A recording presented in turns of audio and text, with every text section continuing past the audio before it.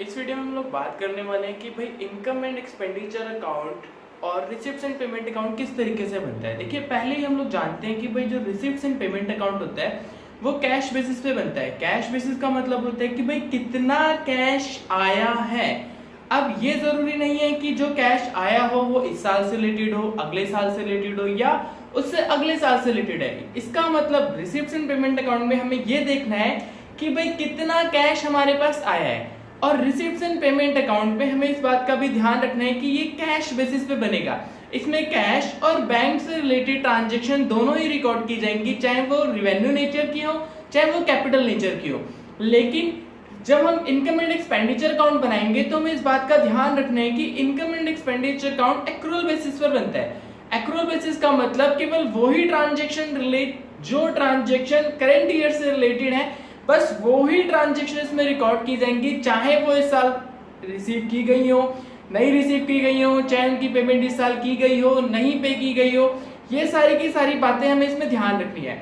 ठीक है, पहली बात तो ये ध्यान में रखनी है रिसिप्ट्स एंड पेमेंट अकाउंट बनाते वक्त ये कैश ट्रांजैक्शन लेनी है। दूसरी, रिवेन्यू और कैपिटल दोनों प्रकार के ट्रांजैक्शन में लेनी है। और इनकम एंड एक्सपेंडिचर अकाउंट बनाते वक्त दो बातें ध्यान में रखनी है कि एक्रूअल बेसिस पे बनेगा, मतलब चाहे कैश चाहे ट्रांजैक्शन हुई हो चाहे ना हुई हो, लेकिन अगर वो इस ट्रांजैक्शन इस ईयर से रिलेटेड रिलेशन रखती है तो इसी साल में रिकॉर्ड की जाएगी। और दूसरी बात, इसमें केवल और केवल रिवेन्यू ट्रांजैक्शन ही रिकॉर्ड की जाएंगी, कैपिटल नेचर की ट्रांजैक्शन रिकॉर्ड नहीं की जाएगी। ठीक है ना। जैसे देखिए, हमारे पास क्या होगा कि भाई हमारे पास क्वेश्चन में ये हम टाइप 1 क्वेश्चन पढ़ रहे हैं, हमारे पास क्या होगा, receipts and payment account given होगा, उसके अंदर revenue income, revenue expenditure, capital income और कैपिटल एक्सपेंडिचर जो होंगे वो गिवन होंगे और हमें इनकम और एक्सपेंडिचर अकाउंट बनाना है। तो देखिए, हमें क्या करना है, ये जो रिवेन्यू इनकम है वो हम इस तरफ लेकर आ जाएंगे और ये जो कैपिटल एक्सपेंडिचर है वो हम इस तरफ लेकर आ जाएंगे। हमें इससे कोई मतलब नहीं है, इससे कोई मतलब नहीं है, मतलब कैपिटल एक्सपेंडिचर हम इसके अंदर नहीं ट्रांसफर करेंगे, कैपिटल इनकम हम इसके अंदर नहीं ट्रांसफर करेंगे, हम केवल रिवेन्यू इनकम को और रिवेन्यू एक्सपेंडिचर को ही इसके अंदर ट्रांसफर करेंगे। ठीक है, एक बात हमें और ध्यान में रखनी है कि क्या होगा भाई, क्वेश्चन इतना सिंपल तो आएगा नहीं कि भाई हमारे पास रिसीप्ट्स एंड पेमेंट अकाउंट में गिवन दे रखा है और क्या होगा कि भाई हमें इनकम एंड एक्सपेंडिचर अकाउंट बना देना है। देखिए, अगर इतना आसान क्वेश्चन आएगा तो हमें सिर्फ क्या करना है, हमें देखना है कि भाई रिवेन्यू इनकम, रिवेन्यू एक्सपेंडिचर। ठीक है, अब आगे बढ़ने से पहले हमें ये तो पता होना चाहिए कि भाई ये एक्चुअल में ये रिवेन्यू इनकम्स होती क्या है, रिवेन्यू एक्सपेंडिचर होते क्या है। देखिए, कोई भी ऐसी ट्रांजैक्शन जो रिकरिंग नेचर की है, मतलब बार बार हो रही है, बार बार हो रही है, तो हम जनरली उसे कहते हैं भाई ये हमारी रिवेन्यू इनकम है। ठीक है ना। और ऐसी ही कोई भी ट्रांजैक्शन, मतलब कोई भी ऐसे रिकरिंग ट्रांजैक्शन को हम लोग बोलेंगे रिवेन्यू नेचर की है, और जो रिकरिंग की नहीं है तो उसे बोलेंगे वो कैपिटल नेचर की है। जैसे हमने कोई एसेट परचेज किया, अब एसेट हमने परचेज किया, अब जरूरी नहीं है कि भाई हम एसेट हर साल परचेज कर रहे हैं या लगातार कंटिन्यूअसली परचेज करते जा रहे हैं, तो एसेट को हम लोग जनरली बोलते हैं कैपिटल नेचर की ट्रांजैक्शन है। ठीक है, और अगर मैं कहूं कि भाई मेरे पास मार्कर में परचेज कर रहा हूं या मैं रॉ मटेरियल परचेज कर रहा हूं या मैं बुक्स परचेज कर रहा हूं, बुक्स स्टेशनरी के तौर पे, अगर मैं मेडिकल इक्विपमेंट परचेज कर रहा हूं, स्पोर्ट इक्विपमेंट परचेज कर रहा हूं, अगर ये रेगुलर बेसिस पर कर रहा हूं तो उस कंडीशन में कैपिटल नेचर का हो जाएगा। देखिए, ट्रांजैक्शन जो होती है वो company to company, organisation to organisation different हो सकती है। एक ही असेट किसी के लिए कैपिटल करंट भी हो सकती है और किसी के लिए नॉन करंट भी हो सकती है। वो हमें क्वेश्चन में स्पेसिफाई होगा कि भाई हमारे लिए क्या है। ठीक है ना। हमें बस ध्यान रखना है कि हमें ये चेक करना है कि कोई भी ट्रांजैक्शन रिकरिंग नेचर की है या नहीं है। ठीक है ना। और इसके बारे में 11th क्लास में पढ़ के आ चुके हैं। तो देखिए, हमें क्या करना है, सिर्फ रिवेन्यू इनकम को यहाँ पर ट्रांसफर करना है, कैपिटल को यहाँ पर ट्रांसफर करना है, रिवेन्यू एक्सपेंडिचर को यहाँ पर ट्रांसफर करना है। ध्यान रखना है कि भाई देखिए, ये क्रॉस ट्रांसफर होगा। ये देखिए, यहाँ पर रिसीप्ट्स आती हैं और यहाँ पर इनकम्स आती हैं, यहाँ पर हमारे पास एक्सपेंडिचर है वो यहाँ पर ट्रांसफर होंगे। ये एक रियल अकाउंट होता है और ये एक नॉमिनल अकाउंट होता है। ठीक है ना। फिर क्या होता है, इसमें एडजस्टमेंट होंगी। तो देखिए, एडजस्टमेंट करते वक्त भी हमें दो बातों का ध्यान रखना होता है। क्या ध्यान रखना होता है कि अगर हम ये वाला अकाउंट बना रहे हैं, अगर हम रिसीट्स एंड पेमेंट अकाउंट बना रहे हैं, तो हमें ये ध्यान रखना है कि कैश कितना आया है, केवल उसी कैश से इसमें ट्रांजैक्शन करेंगे। और अगर हम ये वाला अकाउंट बना रहे हैं तो हमें ध्यान में रखना पड़ेगा कि भाई इस साल से रिलेटेड कितनी इनकम है। ठीक है ना। जैसे मैंने यहाँ पर एक एग्जांपल लिया है, एडजस्टमेंट लिया है, मतलब। ठीक है ना। देखिए, अगर मुझे इस एडजस्टमेंट से क्या करना है, अगर मुझे रिसीप्ट्स एंड पेमेंट अकाउंट बनाना है या फिर इनकम एंड एक्सपेंडिचर अकाउंट बनाना है तो मैं कैसे बनाऊंगा। देखो, हमारे पास सैंडरी एक्सपेंसेस हमारे पास ये दे रखे हैं आउटस्टैंडिंग 1 अप्रैल 2019 को और 31 मार्च 2020 को। इसी तरीके से हमारे पास एडवांस भी है 1 अप्रैल के लिए और 31 मार्च के लिए, ठीक है ना। तो देखिए ध्यान रखिए सबसे पहली बात तो ये आउटस्टैंडिंग है। आउटस्टैंडिंग का मतलब ये पैसा जो रिलेटेड है वो पिछले साल से रिलेटेड है। पिछले साल का मतलब क्या हो गया कि ये 2018 से रिलेटेड है, तो 2018 का पैसा हमें इस साल मिला है, तो उसका मतलब जो हम इनकम एंड एक्सपेंडिचर को लेंगे तो इसे इंक्लूड नहीं करेंगे, ठीक है ना। लेकिन ये इसी साल से रिलेटेड है जो हमें 2020 में मिलेगा, है ना। तो हम इसको अगर इनकम एंड एक्सपेंडिचर को लेंगे तो इंक्लूड करेंगे, वरना नहीं करेंगे रिसीप्ट्स एंड पेमेंट अकाउंट पे। और एडवांस क्या है, देखिए एडवांस हमें 1 अप्रैल को, ये बिगनिंग में एडवांस हमें मिला हुआ है तो ये इस साल से रिलेटेड है, और ये अगले साल का एडवांस हमें इस साल मिल गया, है ना। तो हम क्या करेंगे, इसे इंक्लूड नहीं करेंगे। देखिए कैसे करेंगे, हमें ड्यूरिंग द ईयर अगर हम क्या करेंगे, अगर हम रिसीप्ट्स एंड पेमेंट अकाउंट बना रहे हैं, सबसे पहले हम लोग बना रहे हैं रिसीप्ट्स एंड पेमेंट अकाउंट, तो रिसीप्ट्स एंड पेमेंट अकाउंट पे हम लोग क्या करेंगे, हम लोग लिखेंगे पेमेंट साइड में कि भाई हमारे पास ये सन्ड्री एक्सपेंसेस हैं, ठीक है। सन्ड्री एक्सपेंसेस हमारे पास कितने रुपए की रिसीव हुए हैं, 40,000 की रिसीव हुए हैं। इसमें हम लोग ऐड कर लेंगे जो हमारे पास कैश आया है, तो हमारे पास कैश देखिए ये वाला और ये वाला, बस यही तो कैश तो इस साल आए हैं, है ना। ये दोनों तो ये वाला नेक्स्ट ईयर आएगा और ये वाला तो हमारे पास पिछले साल आ ही गया होगा।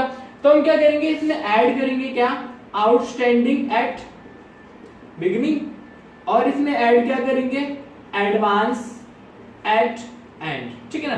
तो ये है हमारे पास 5,000 रुपए और ये है हमारे पास 7,000 रुपए। इसमें से हम लोग लेस क्या करेंगे, आउटस्टैंडिंग एट एंड और एडवांस एट बिगिनिंग।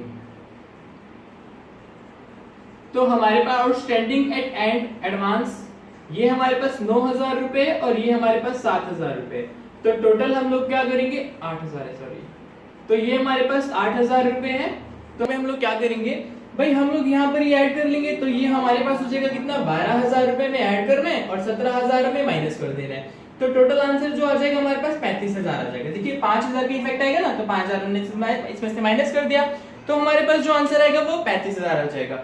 तो हमें ध्यान रखना है कि रिसीप्ट्स एंड पेमेंट अकाउंट बनाते वक्त हमें वो ट्रांजैक्शन लेनी है कि कितना कैश आया। देखिए ये वाला पिछले साल का आउटस्टैंडिंग था जो हमारे पास कैश आ गया, ये वाला पिछले साल का है जो हमारे पास कैश आ गया, ये वाला हमारे पास कैश नहीं आया, ये कैश नहीं आया, तो हम इन ट्रांजैक्शन को इसके अंदर इंक्लूड नहीं करेंगे, है ना। अगर हम क्या कर रहे हैं, रिसीप्ट्स एंड पेमेंट अकाउंट की जगह इनकम एंड एक्सपेंडिचर अकाउंट बनाएंगे, ठीक है। अगर हम क्या कर रहे हैं, इनकम एंड एक्सपेंडिचर अकाउंट के अंदर क्या कर रहे हैं कि भाई एडजस्टमेंट कर रहे हैं, ठीक है। तो ये वाली साइड, ये वाली जो एडजस्टमेंट होती है वो यहाँ पर आती है, तो हम ये वाली ट्रांजैक्शन की जो एडजस्टमेंट होगी वो ऐसे करेंगे। बस हमें क्या करना है, इसमें हमें ये देखना है कि भाई कितना अमाउंट इस साल से रिलेटेड है ना। तो देखिए ये वाला पैसा पिछले साल से रिलेटेड है तो इसमें इंक्लूड नहीं करेंगे, और ये वाला पैसा इस साल मिलना था लेकिन मिला नहीं है ना। ये वाला पैसा इस साल से रिलेटेड है और ये वाला पैसा इस साल से रिलेटेड नहीं है, तो हम क्या करेंगे, जहां पर हम ऐड कर रहे थे वहां पर माइनस कर देंगे और यहाँ पर ऐड कर लेंगे। हमें यहाँ पर देखना है कि कितना पैसा इस साल से रिलेटेड है, वहां पर देखना था रिसीप्ट्स एंड पेमेंट अकाउंट में कि कितना कैश रिसीव हुआ है। तो अब यहाँ पर जो आंसर होगा वो कितना हो जाएगा, 45,000 रुपए। क्यों, क्योंकि 12 घटाना है 17 ऐड करना है, तो इफेक्ट 5,000 रुपए का आ जाएगा। तो देखिए इसी तरीके से हमें क्या करना है, बस और केवल रिवेन्यू ट्रांजैक्शन को इंक्लूड करना है। अब जैसे मैंने कहा कि भाई मैंने कोई असेट बेची है ना, तो असेट मैंने बेची तो वो तो कैपिटल नेचर की होगी, तो उसका मतलब इनकम एंड एक्सपेंडिचर अकाउंट में तो आएगी नहीं। लेकिन अगर असेट मैंने बेची और उसमें मुझे प्रॉफिट या लॉस हुआ है तो वो उसमें लेंगे, क्योंकि वो इसी साल से रिलेटेड प्रॉफिट और लॉस है ना, तो वो उसे इस पे लेंगे। अगर असेट पे डेप्रिसिएशन है तो हम लोग उस पे लेंगे, ठीक है। इसी तरह की काफी सारी ट्रांजैक्शनों का मैंने निचोड़ निकाला है। तो मैंने कहा देखिए इसमें एक तो आउटस्टैंडिंग और प्रीपेड्स की आएगी, ठीक है, एडजस्टमेंट, और दूसरी आएगी असेट की। असेट में क्या होता है कि भाई कभी कभी हमें इस बात का ध्यान रखना है कि असेट हमारे पास रिसीप्ट एंड पेमेंट अकाउंट में गिवन होती है कि भाई हमारे पास असेट की वैल्यू ये है, और ब्रैकेट में गिवन होता है कि भाई हमने इतने की सेल कर दिया है, तो हमें उन दोनों का डिफरेंस जरूर चेक करना है। और क्या होता है कि दूसरी बात डेप्रिसिएशन भी हमें लेना होता है, इस बात का भी हमें ध्यान रखना है, ठीक है ना। अब हम आगे बात अकाउंट और इनकम एंड एक्सपेंडिचर कैसे बनता है। तो देखिए अभी हम लोग को और ध्यान में रखना है कि कुछ एडजस्टमेंट और होती हैं। अभी हम लोगों ने आउटस्टैंडिंग और प्रीपेड इन्वेस्टमेंट के बारे में बात किया, एडजस्टमेंट के बारे में बात किया कि भाई अब प्रीपेड का ट्रांजैक्शन आएगी या फिर आउटस्टैंडिंग की आएगी एडजस्टमेंट, तो हम कैसे करेंगे। अब हम बात करेंगे कुछ अलग एडजस्टमेंट की। देखिए इसके ऊपर हमने एक सेपरेट वीडियो बना रखा है सब्सक्रिप्शन के ऊपर, ठीक है ना, आप उसको भी देख सकते हो उसको बेटर अंडरस्टैंडिंग के लिए। इसमें भी सब्सक्रिप्शन की जो एडजस्टमेंट होती है ये दो तरीके से आती है, ध्यान रखेंगे। कभी कभी क्या होता है कि भाई ऑर्गेनाइजेशन कहते हैं कि भाई हमारे पास 100 मेंबर हैं और हर एक मेंबर से हम इतना सब्सक्रिप्शन लेते हैं, है ना। तो देखिए मेंबर भी गिवन है और अमाउंट भी गिवन है, दोनों को मल्टीप्लाई कर देंगे, सब्सक्रिप्शन आ जाएगा और उसे हम इनकम एंड एक्सपेंडिचर अकाउंट के अंदर दिखा देंगे, ठीक है ना। और अगर हमारे पास प्रीपेड और आउटस्टैंडिंग आ जाएगी तो उस कंडीशन में क्या होगा कि जो हमने एडजस्टमेंट अभी की थी बिल्कुल उसी तरीके से इसको भी करना है।